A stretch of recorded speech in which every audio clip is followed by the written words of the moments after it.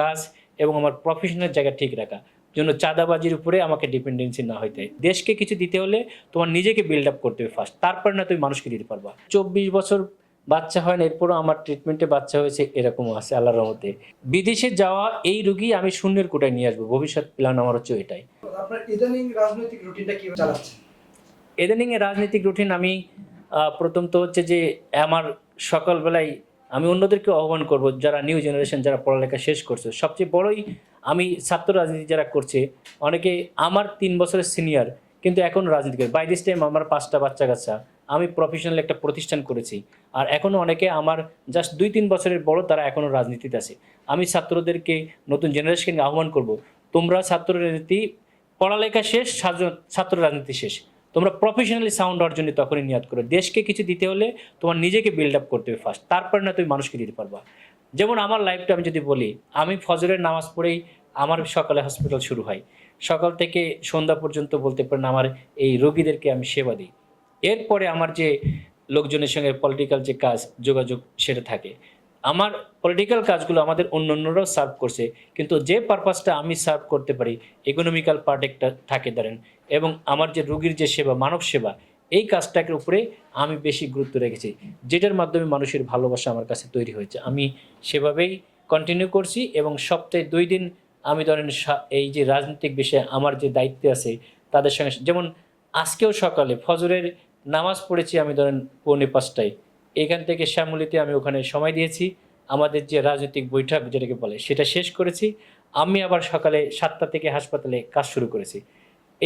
এটাই আমার রাজনীতির রুটিন বলে কাজ, এবং আমার প্রফেশনাল জায়গা ঠিক রাখা, জন্য চাঁদাবাজির উপরে আমাকে ডিপেন্ডেন্সি না হইতে হয়। আমি যেন সবসময় জনগণকে আমার ইনকামের একটা অংশ দিতে পারি, এভাবেই আমি রাজনীতি করে যাচ্ছি।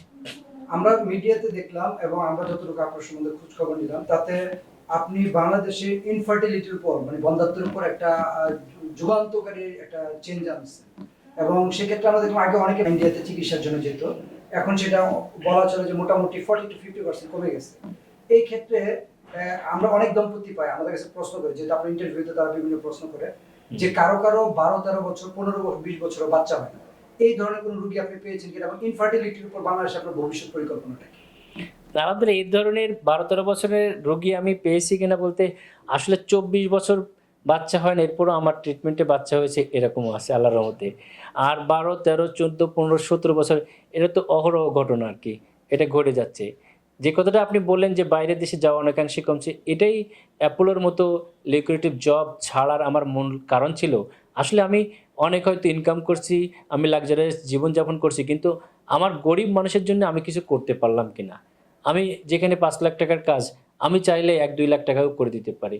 যেমন ধরুন লাস্টে গত 2 মাসে আমি 200 রোগীর জন্যে যে কাজ 5 লাখ টাকা, সেটা আমি 2.5 লাখ টাকায় করে দিয়েছি, এবং সেটা 2-4 দিনের মধ্যে আমার সেটা ফুলফিল হয়ে গেছে। বিদেশে যাওয়া এই রোগী আমি শূন্যের কোটায় নিয়ে আসবো, ভবিষ্যৎ প্ল্যান আমার হচ্ছে এটাই। আমার যেমন চিন্তা হচ্ছে শুধু বক্তব্য কথাই নাই, কাজে প্রমাণ করা, যেটা আমি যে স্লোগান নিয়ে চলেছি, এবং জনগণ আমাকে ভালোবেসেছে। একটা দলীয় প্রধানমন্ত্রীকেও জনগণ এখনও সেখানে জনতার এমপি বলে। কিভাবে মিডিয়া ট্রায়াল এবং বিভিন্নভাবে আমাকে পরাজিত করেছে, সারা বিশ্বের মানুষ, সারা দেশের মানুষ সেটা জানে, এবং এই এলাকার মানুষ তারা এখনও বলে যে আমাদের এমপি আপনি। এই যে মানুষের মানে মনের কোটায় যাও, মানুষের যে ভালোবাসা, এটা একমাত্র আমার কাজের মাধ্যমে প্রমাণ করতে হয়েছে, এবং আমি সেটা পারি। এবং আমরা অন্যদেরকেও, আমার নিউ জেনারেশনকে আমি বারবার বলবো যে তোমরা ছাত্র রাজনীতি করবা, কিন্তু রাজনীতিকে তোমার ইনকামের সোর্স বা পেশা বানিও না। রাজনীতিকে সবসময় মানব কল্যাণ, ডাক্তারের সেবাটা যেমন মানব কল্যাণের জন্য নিয়াত করা, রাজনীতিকে সেটাই নিয়াত করতে হবে, তাহলে সম্মান, অর্থ দুটাই ইনশাল্লাহ আসবে।